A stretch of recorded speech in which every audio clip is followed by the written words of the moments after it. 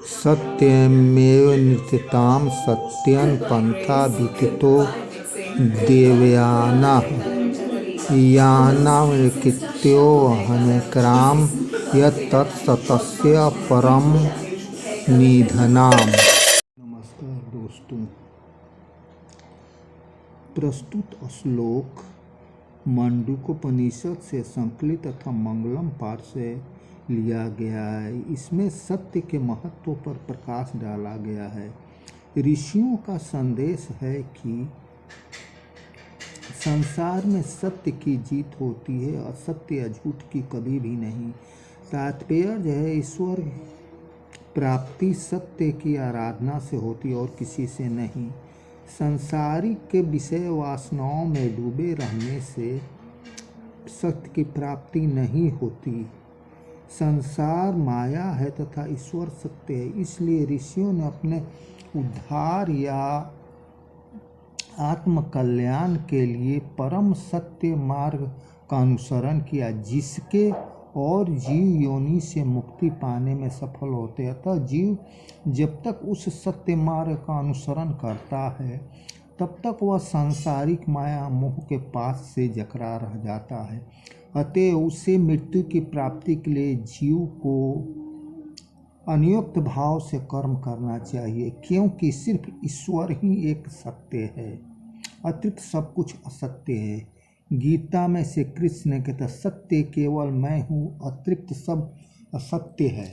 इसलिए हरदम सत्य का सहारा लीजिए, असत्य का सहारा कभी मत लीजिए। Thank you.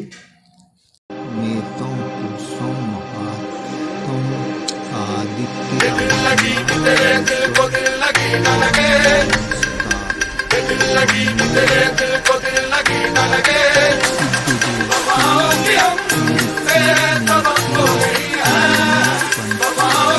दोस्तों, ऋषियों का क्या मानना है ये आप समझे। ऋषियों का मानना है कि ईश्वर ही प्रकाश पुंज है, उन्हीं के दिव्य आलोक से सारा संसार आलोकित होता है।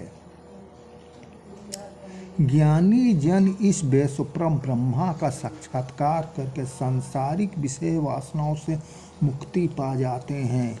वेदों में उसे आदित्य वर्ण सूर्य के समान दिव्य प्रकाश वाले प्रभु का गुणगान किया है। ज्ञानी जन अर्थात ऋषि सत्य को, सनातन परम ब्रह्मा के रहस्य को जानकर अपना अनुभव प्रकट करते हैं तथा मृत्यु पर विजय पा लेते हैं। गीता में भी इस बात को स्वीकार किया गया है कि प्रभु का प्रकाश पाकर ही सच्चे ज्ञान की प्राप्ति होती। इसलिए इस दिव्य पुरुष की गुणगान करके तथा सत्य रूप ईश्वर का सानिध्य पाकर जीव भव सागर से पार उतरता है।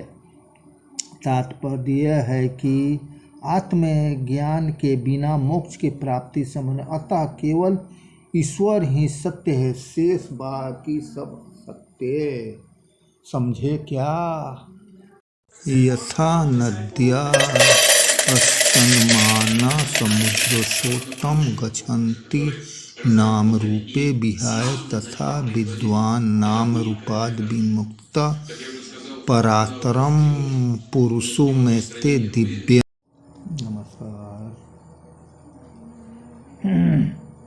पद्य का ऋषि का कहना है कि जिस प्रकार प्रवाहित नदियाँ समुद्र का आकार ग्रहण कर लेती हैं, उसी प्रकार विद्वान ईश्वर का रूप दिव्य प्रकाश में मिलकर जीव योनि से मुक्त हो जाता है।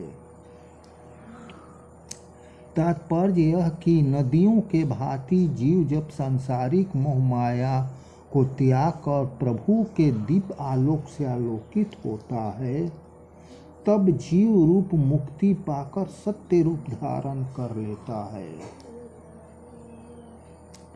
गीता के 11वें अध्याय में अर्जुन श्री कृष्ण से कहा था कि हे केशव, जिस प्रकार नदियों का जल समुद्र में मिलते ही समुद्र के जल में विलीन हो जाता है, उसी प्रकार वीर आपके मुख में प्रवेश करते हुए विलीन हो जाते हैं। जीव तभी तक माया जाल में लिपटा रहता है जब तक उसे आत्मज्ञान नहीं होता। आत्मज्ञान होते ही जीव योनि से मुक्ति पा जाता है और वह धन्य धन्य हो जाता है। Thank you. हिरण्यम येन पात्रेण सत्यस्य पिहितं मुखं त्वं पन्नसवृणु सत्यधर्माय दृष्टये।